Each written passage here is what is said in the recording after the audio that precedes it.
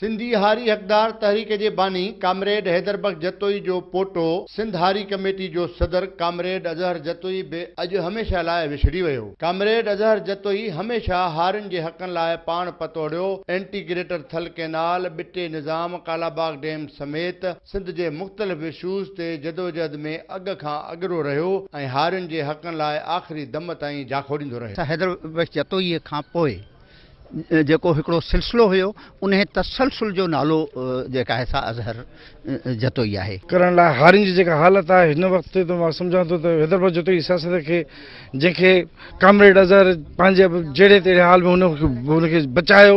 ऐं असां जॾहिं मां ऐं कामरेड अज़हर जतोई पूनम जे प्लेटफॉर्म ते एक्टिव हूंदा हुआसीं त मूंखे इहो महसूसु हूंदो त कामरेड अज़हर जतोई ओॾीमहिल बि बीमारियुनि खे खणी हलंदो हो। कामरेड हैदर बख्श जतोई जी जदोजहद जो जेको तसलसल हो उन खे कामरेड मज़हर जतोई रखियो, लगातार जेको सो कंटिन्यूटी में रखियो, तसलसल में रखियो।